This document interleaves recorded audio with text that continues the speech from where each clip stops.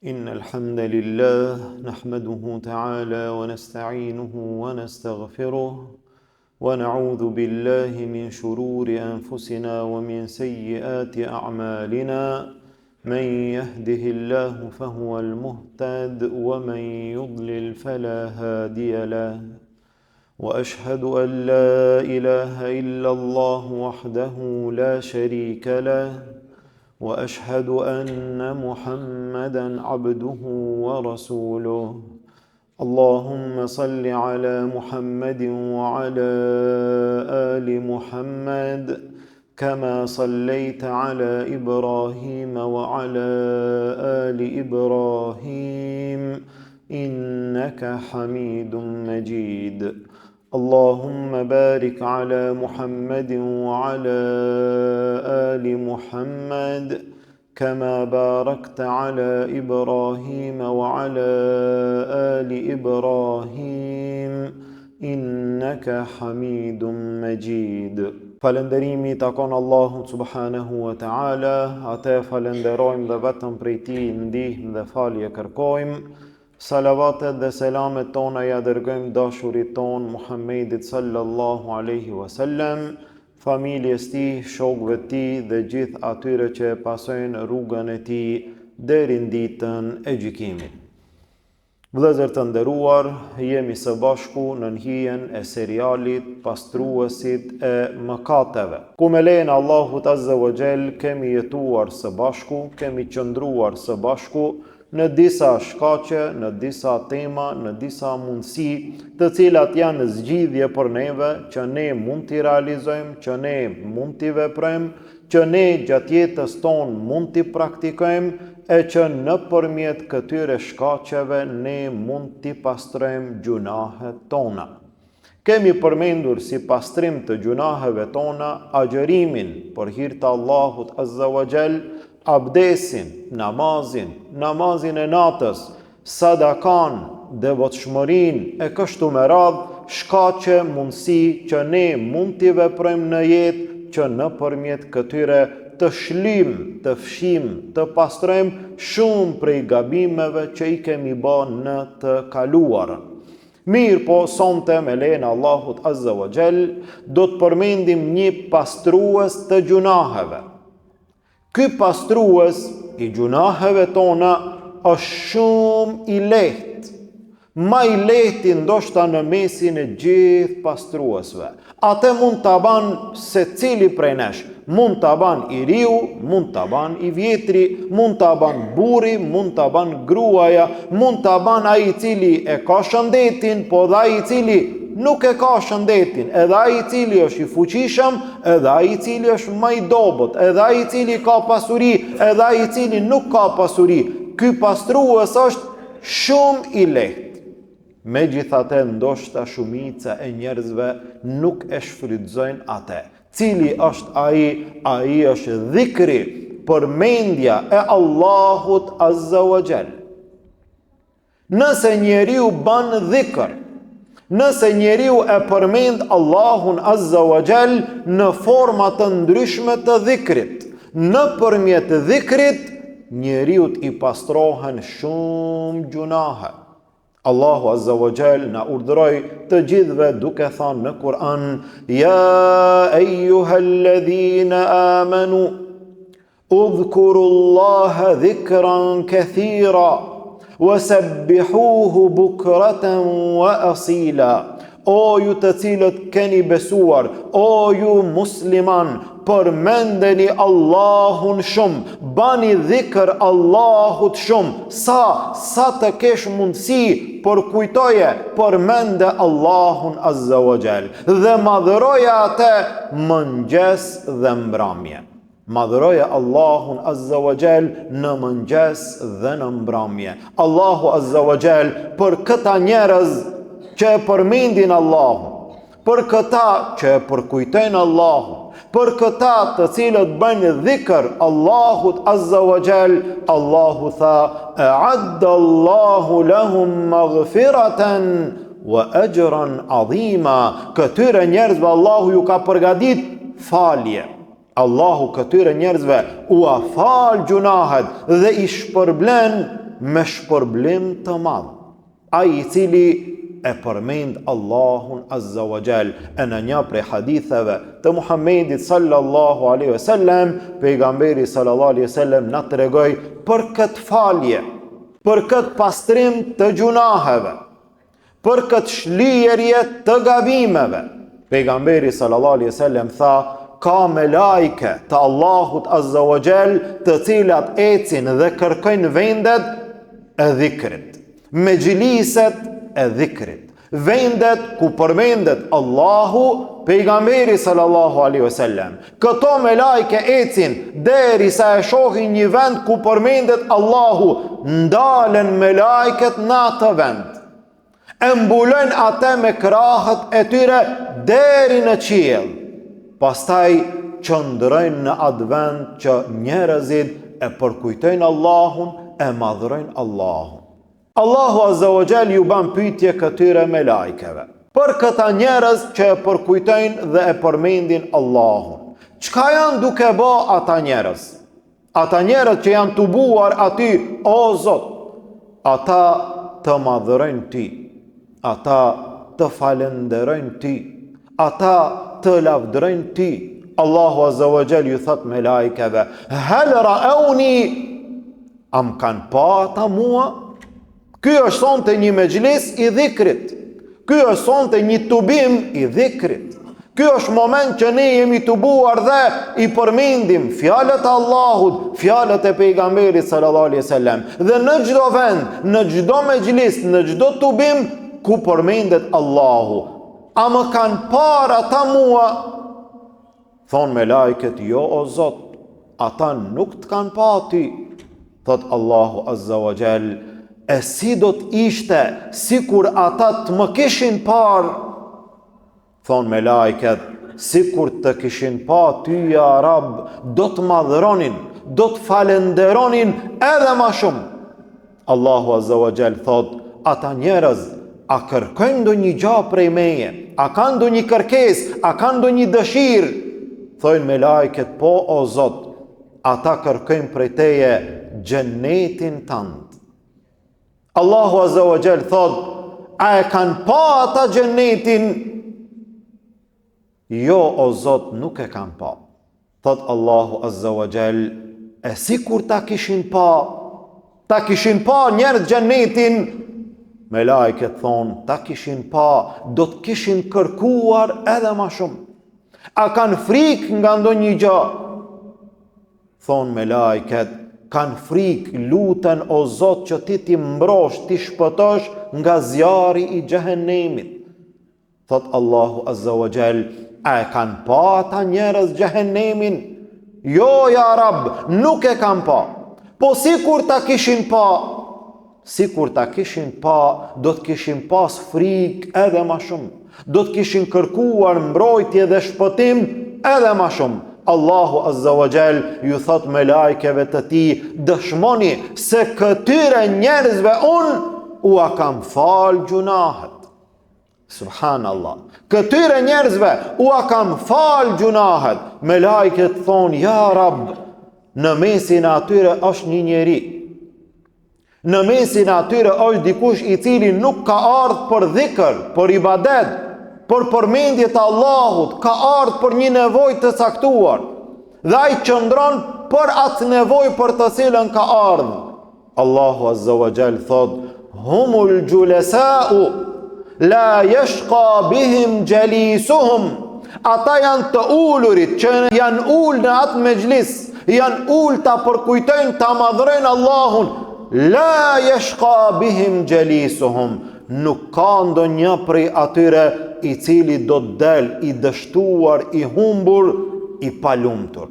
Edhe ai i cili nuk ka ardhur me atë qëllim, mirë po qëndron në atë ambient, në atë mejlis ku përmendet Allahu, edhe ati Allahu Azza wa Jall i afal gjunahet. Sa është i rëndësishëm dhikri, sa është e rëndësishme përmendja e Allahut Azza wa Jall, sa është e rëndësishme që ne ta shfrytëzojmë kohën në jetën tonë duke e përmendur Allahun Azza wa Jall. E në sa raste jemi të mangët nga ky ibadet i madh, të cilin e lavdron, e don Allahu Azza wa Jall. Ai I cili ban dhikr dhe ai I cili nuk ban dhikr.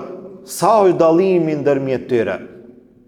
Dikush prej njerëzve ban dhikr në mëngjes, ban dhikr në mbrëmje, ban dhikr para ushqimit, ban dhikr pas ushqimit, dhikr kur hyn në xhami, dhikr kur del prej xhamie, dhikr kur hyn në shtëpi, dhikr kur del prej shtëpie, dhikr kur bie të flen, dhikr kur zgjohet nga gjumi, dhikr për shumë gjëra që kanë ardhur në fenë e Allahut Azza wa Jall. Ky I cili ban dhikr dhe ky I cili nuk ban dhikr. Sa është dallimi? Dallimi është shumë I madh. Tha pejgamberi sallallahu alaihi wasallam: "Mathalu alladhi yadhkuru rabbah walladhi la yadhkuru rabbah." Shembulli I atij që e përmend Allahun dhe I atij që nuk e përmend Allahun, mathalul hayy wal mayyit. Është si shembulli I të gjallit dhe të vdekurit. Ai I cili e përmend Allahun është I gjallë. Ajo zemër që e përmend Allahun është e gjallë. Ajo zemër që e haron Allahun Azza wa Jall është e vdekur, edhe nëse rreh, edhe nëse jeton mbi sipërfaqen e tokës, edhe nëse lëviz, edhe nëse han dhe pin, ajo është zemër e vdekur. Ai që e përmend Allahun, e ai I cili e përmend Allahun, do të arrin shpërblime të mëdhaja, do të arrin merita të mëdhaja. Në mesin atyre Allahu Azza wa Jall tha: "Fadhkuruni adhkurkum washkuru li wala takfurun." Sa për njerëzve mendojnë që këto ajete janë kur të vdes dikush. Subhanallah. Sa për njerëzve mendojnë që disa ajete janë për në vareza dhe nuk e din që ato ajete janë për neve, për mua dhe për ty. Për mua dhe për ty janë këto ajete. Çka thot Allahu? Fadhkuruni. Më përmendni mua, më përkujtoni mua, përmend Allahun. Nëse ti e përmend Allahun, adhkurkum, do t'ju përmend juve Allahu. Subhanallah. Çfarë shpërblimi është ky? Çfarë arritje është kjo? Përmende ti Allahun, do të përmend ty Allahu Azza wa Jall. Në një hadith tha Allahu Azza wa Jall, në hadith qudsi: "Nëse robi më përmend mua në vete dhe unë e përmendi atë në vete, nëse robi më përmend mua në një mexhlis, në një tubim, e përmendi në një tubim më të mirë se ai, Allahu të përmend ty."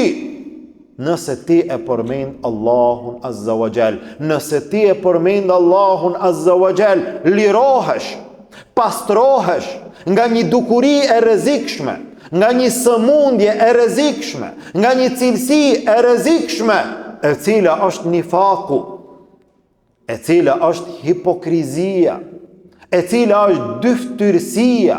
Ai që e përmend Allahun pastrohet, lirohet nga nifaku. Ata që nuk e përmendin Allahun janë munafikët, janë hipokritët. Tha Allahu në Kur'an: "Wala yadhkuruna Allaha illa qalila."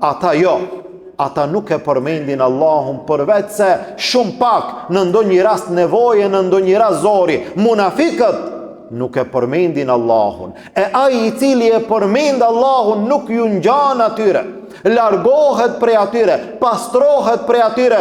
Ai që e përmend Allahun Azza wa Jall, ai I cili ban dhikr, ai I cili ban dhikr, ati Allahu Azza wa Jall I jep fuqi edhe në shëndetin e tij, në trupin e tij. Subhanallah. Para mendoje, ngritesh prej gjumi, zgjohesh I lodhur, mundosh me e bandu një pun I lodhur, I raskapitur, je lodh dje shumë, sot nuk ki fuqi për as një pun. A don fuqi? A don energji? Po çka ka lidhje kjo me atë? Ka lidhje shumë. Kur ne I mbështetemi fjalës Allahut, fjalës së pejgamberit sallallahu alaihi wasallam. A don fuqi në jetën tënde? Që nesër kur të zgjohesh të kesh vullnet ma shumë, disponim ma shumë, energji ma shumë, fuqi ma shumë, po, pejgamberi sallallahu alaihi wasallam na porositi. në nxiti me një dhikër i cili të ndihmon ty. Në një prej rasteve ku vajza e pejgamberit sallallahu alaihi wasallam, Fatimeja radiallahu anha, u ankua për punët e shumta të shtëpisë. Aq lodhje e madhe, duart ishin coptuar, ishin lodhur, ishte raskapitur me gjitha ato punë shtëpie. Shkoj dhe u ankua te pejgamberi sallallahu alaihi wasallam që t'ja mundson ta merr një shërbetore që do t'i ndihmon asaj në punët e shtëpisë, nga se Fatimeja i ka bë punët e shtëpisë. Megjithse sot mundohen të ndërrohen vendet, të ndryshohen gjërat dhe sot kush duhet mi bë punët e shtëpisë, po edhe burri edhe gruaja. Pse? Të drejtat e barabarta. E çka ka dallim burri nga gruaja? Gruaja i ban punët e shtëpisë, po dhe burri do t'i ban punët e shtëpisë. Gruaja enët edhe burri, gruaja bukën edhe burri, gruaja pastrimin e shtëpisë edhe burri, dhe në fund të drejtat e barabarta. Kjo nuk është barazi, kjo është padrejtësi. Kur ndrohen vendet. Burri në Islam e ka vendin e vet, gruaja në Islam e ka vendin e vet. Dhe secili i ka të drejtat që i takon, jo të drejtat e barabarta, të drejtat që i takon. Dhe Islami nuk kërkon ndërmjet tyre barazi, Islami kërkon drejtësi. Gruaja ka disa obligime të caktuara, burri ka disa obligime të caktuara. Nuk i ngarkohet tash gruas puna e burrave. As ajo të shkon në ndërtimtari, as të hyp atje nalt në skele, as të mundohet me bë punë të rrezikshme, po as të merr të gryn kanale të ndryshme, e as të ban punë të mëdha që janë të fuqishme, e kështu me radhë. Burrat i kanë punët e tyre. Sot bëhet gara që gratë t'ua marrin të drejtën burrave, e burrat ta marrin pastaj përgjegjësinë e grave. Në kohën e pejgamberit sallallahu alaihi wasallam, kush i ka bë punët e grave? Gratë. Po fatkeqësisht në disa raste ne mundohemi që këtë ndikim i cili vjen nga jashtë, nga vendet e huaja, ta mbështjellim me petkun e fesë. Ky ndikim i cili vjen nga jo muslimanët, nga të huajt, asaj t'ja vëndojmë një mbulesë të fesë Allahut azza wa jall. Dhe themi po edhe pejgamberi sallallahu alaihi wasallam ka qenë që ka ndihmu bashortën e vet. A ka qenë? Atëherë çka? Po atëherë edhe burrat sot duhet t'i ndihmojnë gratë në punët e shtëpisë, në punët e tyre. A ka ndodhur? Ka ndodhur. Mirë, po nuk ka qenë e përditshme.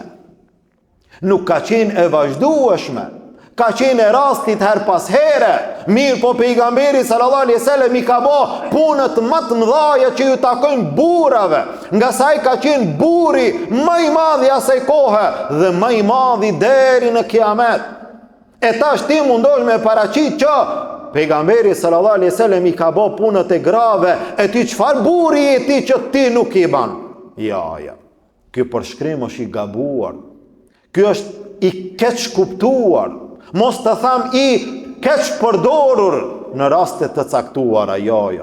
Pejgamberi sallallahu alaihi wasallam ka qenë burri më i madh i umetit. Po kush e ka udhëheq umetin jashtë? Nëse pejgamberi sallallahu alaihi wasallam ka qëndruar brenda, kush e ka udhëheq umetin? Kush ka qenë imami i xhamisë? Kush ka qenë prisi i sahabeve? Kush ka qenë burri që gjithë të tjerët me te janë konsultuar? Kush ka qenë baba ai tek të cili të gjithë i kanë qaj dertet e tyre? Deri atje, kush ka qenë komandanti i ushtrisë, i cili i ka bë ball ushtrisë së armikut? Kush ka qenë ai? Pos pejgamberit sallallahu alaihi wasallam. E ku ka qenë sahabet? Sahabet kanë qenë për rreth tij burra që kanë kryer punët, obligimet, përgjegjësitë e burrave. E në raste të caktuara, në raste të ndryshme, në kohë të lirë, ju kanë ndihmuar grave. Mirë, po kjo nuk është baza, kjo nuk është esenca, kjo nuk është përditshmëria. Këto janë raste të ndryshme që mund të ndodhë dhe ne nuk kemi kundër që një burr musliman të ndihmon bashorten në raste të caktuara. Mirë, po jo burri të jetë ai që i kryen punë të grave, e gruaja gjithë ditën në punë. E mos të flasim fatkeqësisht, gruaja gjithë natën në punë, Allahu na ruajt. Pejgamberi sallallahu alaihi wasallam i tha Fatimeja u ankua, punë shumë, lodhje shumë, raskapitje shumë, duart i dhambin prej kujt? Prej punëve të shtëpis, vajza e pejgamberit sallallahu alaihi wasallam, më e mira, Fatimeja radiallahu anha. Nëse është mundësia me na sjell një shërbetore të na ndihmon në punët e shtëpisë. Pejgamberi sallallahu alaihi wasallam tha, a doni t'ju tregoj për një gjë e cila është më e mirë se shërbetorja? A don të kesh fuqi më shumë se sa të ndihmon ti një shërbetore? Po ja Rasulullah, tha pejgamberi sallallahu alaihi wasallam, para se të fleni, kur të biesh në gjumë, para se të fleni, thoni 33 herë subhanallah, 33 herë elhamdulillah, 34 herë Allahu akbar. Me këtë Allahu azza wa jall do t'ju jep fuqi e cila është më e mirë se shërbetorja. Andaj është e mira për secilin prej nesh para gjumit. A don që në ditën e nesërme të kesh vullnet, disponim, fuqi më shumë, para se të flensh, madhëroj Allahun azza wa jall 33 herë subhanallah, 33 herë elhamdulillah, 34 herë Allahu akbar. Ky është dhikri i cili të ndihmon ty për ditën e nesërme. Gjithashtu dhikri është ai i cili neve na i qetëson zemrat. Tha Allahu azza wa jall, alladhina amanu wa tatma'innu qulubuhum bi dhikrillah, ala bi dhikrillahi tatma'innul qulub. Ata të cilët besojnë, zemrat e tyre qetësohen me përmendjen e Allahut. Vërtet dhikri i Allahut i qetëson zemrat. A të qetësohet zemra kur e përmend Allahun? Jo. A të qetësohet zemra kur e përmend Allahun? Jo. A e di pse jo? Nga se ti nuk e ke përmend Allahun ashtu siç kërkohet. Ti ndoshta ma shumë ju ke dhënë rëndësi gishtave, ndoshta ma shumë ju ke dhënë rëndësi tespive që ti numërosh 33. Ama ajo subhanallah jotja nuk ka qenë si kërkohet. Apo ndoshta e përmend Allahun dhe nuk ki kohë, dhe në telefon dhe subhanallah, ma shumë interesimi në telefon se në përmendjen e Allahut azza wa jall. Megjithse ky telefoni sot është një prej fitneve më të mëdha tonat. Nuk të lën sot telefoni ta shijosh një kënaqësi të ibadetit. Jo. Para se me fal namazin ti je me telefon në dorë. Dhe don mu fal, ama hala telefonin në dorë dhe në momentin që e lën telefonin, Allahu akbar. Ku është koncentrimi? S'ka koncentrim. Në momentin që Esselamu alaikum wa rahmetullah, punën e parë, duhet me marrë telefonin në dorë. Mos të flasim dhikri që ti do me përmend Allahun. Ti ban dhikr ama me telefon në dorë, ja. A do me shiju, këtë duhet me largu anash, me hjek sa ma larg, mos ta shohësh fare, ulu, koncentrohu mirë. A e ke provu në jetë? Një herë në jetë, a e ke provuar që ta shijosh kënaqësinë, ëmbëlsinë e dhikrit? A e ke provuar ndonjëherë? Provoje. Jo provoje, shijoje, ama gjitha sebepet që të pengojnë nga kjo shije, largoj anash. Nëse është nevoja dil dikund ku je vet, ulu, koncentrohu. E pastaj thuaj subhanallah. E kështu me radhë, dhikr të ndryshëm i cili ja qetëson njeriut zemrën e tij. E nëse njeriu e përmend Allahun azza wa jall në forma të ndryshme, në mënyra të ndryshme, Allahu azza wa jall i jep shpërblime të mëdha, Allahu azza wa jall i afshin, i apastron shumë gjunahe. Pejgamberi sallallahu alaihi wasallam tha, a nuk ka mundësi dikush prej juve ti fiton për çdo ditë nga 1000 të mira, nga 1000 shpërblime, 1000 sevape? Thane, si ka mundësi ja Rasul Allah? A don ti brenda një dite mi marr 1000 shpërblime? Po ja Rasul Allah, po si ka mundësi? Si mund t'i marrim gjitha ato? Pejgamberi sallallahu alaihi wasallam tha, le të thot subhanallahi wa bihamdi 100 herë, Allahu azza wa jall i ashkruan 1000 sevape ose i afshin 1000 gjunahe. Subhanallah. Në një hadith tjetër, pejgamberi sallallahu alaihi wasallam tha, ai i cili thot brenda ditës 100 herë subhanallahi wa bihamdi, vetëm kaq, shkurt edhe thjesht, 100 herë subhanallahi wa bihamdi, këtij njeriu Allahu ja pastron gjunahet e tij, walau kanat mithla zabadil bahr, edhe nësa ato gjunahe janë sa shkuma e detit. Subhanallah. Gjithë kjo shpërblim, gjithë kjo falje, me qfar? Me 100 herë subhanallahu wa bihamdi. Dikush mund të thot 100 herë, shumë janë 100 herë. A disa janë 100 herë? Mere telefonin edhe numroje, shihe orën edhe analizoje. 100 herë subhanallahi wa bihamdi do t'i merr ty 2 minuta ose 3 minuta. A don për 2 minuta me t'i falë Allahu azza wa jall gjitha ato gjunahe? Për 2 minuta. Cili prej neve nuk ka kohë 2 minuta? A kemi kohë 2 minuta? Ne që i kalem me 10 minuta të tjerë në gjëra të kota, dhe atë për çdo ditë, edhe në Ramazan, edhe jashtë Ramazanit, 2 minuta ndaj për Allahun, 3 minuta ndaj për Allahun, dhe çfarë? Dhe thuaj subhanallahi wa bihamdi, subhanallahi wa bihamdi, subhanallahi wa bihamdi, subhanallahi wa bihamdi. Sa? 100 herë. Nëse thua 100 herë, Allahu azza wa jall ti pastron, ti shlin, ti fshin gjunahet e kaluara, edhe nëse janë sa shkuma e detit. Subhanallah. Sa ka deti në dunja, sa ka ujë në dunja, po në dunja ma shumë ka ujë se tokë. Sa ka shkum deti, nëse ki atë gjunahe, Allahu azza wa jall ti pastron, ti fshin, me qfar? Me pak mund, me pak angazhim. Në një hadith tjetër, pejgamberi sallallahu alaihi wasallam tha, ai i cili thot 100 herë në mëngjes dhe 100 herë në mbrëmje, subhanallahi wa bihamdi, ditën e gjykimit do të del para Allahut, nuk ka dikush që do të del që atë ditë ka bo më mirë se ky njeri.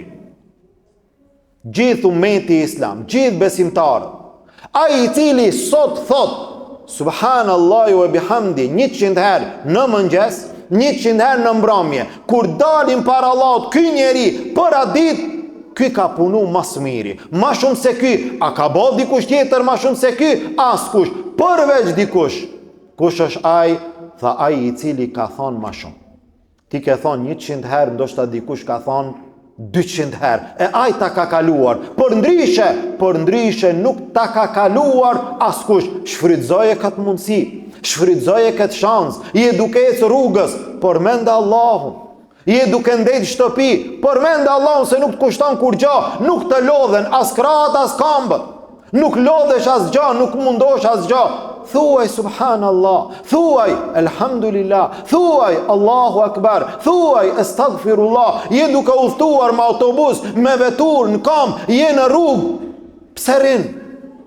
Je në rrugë, pse rin kot?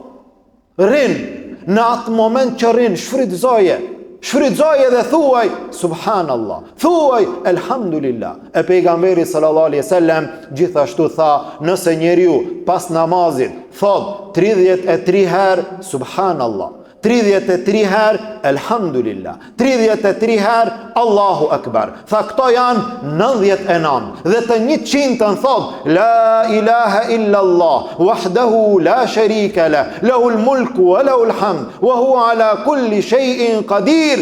Këti njeriu Allahu i apastron gjunahet, qofshin ato edhe sa shkuma e detit. Dhe hadithi i fundit në të cilin Muhamedi sallallahu alaihi wasallam tha, kalimatani khafifetani ala lisan thaqiletani fil mizan habibetani ila rrahman.